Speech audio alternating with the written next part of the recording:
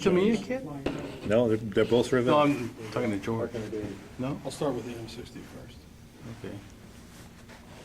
Okay, this is the Tamiya M60 kit from way back when. So I thought they were Tamiya kits.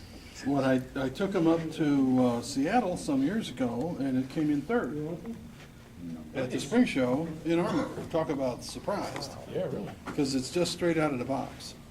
The markings are something that was in AFV G2, and the little flag and such is mine, and little individual letters and a star that I found someplace. And it's for a M60 from Korea. It was stationed in Korea. So when I would go to the model show, I would come back and put out the display out at work on an empty cubicle of what I took up. And one of my idiot comrades would play with them. So my knight in shining armor that's straddling his horse that's got arrows in him, and there's arrows all over the place, he turned it upside down. Well, the horse is attached to the base, but the rider is just sitting there straddling the horse. Gravity works. So he went, yeah, gravity sucks. It crashed and broke him up. Well, he tried turning the cupola by the machine gun barrel. You could legally Needless to kill say. him for that. I suspect.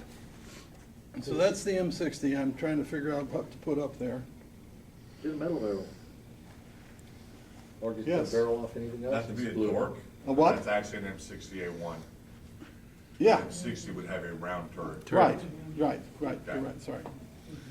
Well, for those that That's are, okay. armor Sad. illiterate. you're Well, I know just it's not an feeding to A2, their because that has that's a starship, and they're got all sorts of discussions. P34/76. Well, the So those ain't one A2's there, got those not the weird other. wings that So stick out, these- this one's not and the stubbies. a Most of the German type of engineers. tank. Well, in the no. movies. Well, it wasn't really Chalet, it was an engineer's Like a breaching Battle of the Bulge. gun. Yeah, but aren't they So the Pershings, I engineers think? used it, yeah. What did they use? The Sheridan had a 48s or Chalet. 60s? Yeah, I know, I thought it was 48. No. 48s. Battle Yeah. of the Bulge. Than the 60.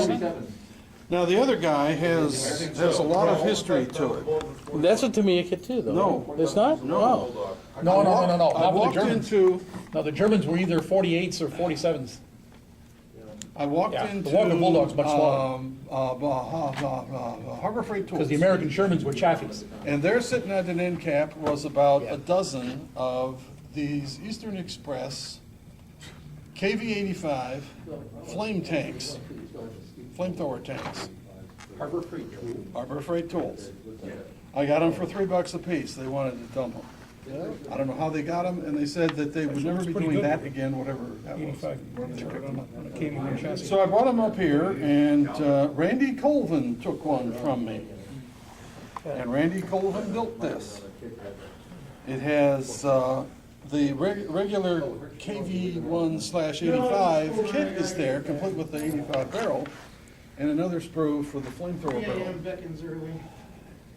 And it suffered some damage in the move, so I have fixed it, and it's now back for you guys to view.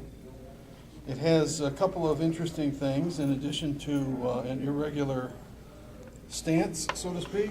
At least one of the road wheels on each side don't touch the tracks because they're supposed to be on an uneven surface. I'll have to build that one. Like this one, I think, needs to come up. And the other thing is, I always wondered about this and why the third round didn't set the tank on fire. When they get machine gunned at, you put holes in these little fuel tanks, and it sloshes gas all over the place, or diesel, or whatever it is. Well, no, there's a big difference in flammability. Yeah, but the next one comes skithering in there, setting up sparks and all that kind of stuff. These assets, this are diesels. Yeah, diesel doesn't ignite. Diesel Do they doesn't ignite? ignite that easily. Well, that's good. That's why Also, it's- those tanks are storage tanks. If they're full, they're not going to ignite. Only if they've got enough room for vapor will Solid they ignite. vapor, yeah. Yeah, they had to actually turn them thing up right, if I'm not mistaken, and use a hose to siphon the gas out of them to put them in the tanks. Well, no, the They didn't cap pump should be them. on the top, yeah. Yeah. Should have been pumped. Yeah, but at any rate, these I got, read somewhere that the storage tanks did not have pumps to pump them directly into the tank, into the Russian tanks. They had to either Well, no, you had to hand pump. hand yeah. pump them, yeah. But the cap should be on the top. So in other words, when they're carrying them like this, they're either going to be completely empty or completely full. so he's got, one of the tank thingies here is full of holes, Yeah. and there's some gloss stuff varnish of right on some the sort top. lying around, Yeah. which would be the spilled fuel. As I understand the beast, this is a T-34-85 turret, Yeah. okay? That the T-34 hull was a little bit light for, no? No, It's a JS2 turret? maybe. Okay, Is that the KV-85? yeah, JS2, okay. So is that, maybe. there's a difference between the turret on the JS2 versus the T-34-85? It's bigger. yeah. It's bigger. Oh, okay. That's definitely a bigger turret Didn't know than that. 85. Okay, so that's that guy, complete with weathering and bent fenders and, It's a beautiful Did you, job. did he do the weather or did you? oh, KV-85 yeah, oh, he did. was basically this JS series with an 85 millimeter gun. JS3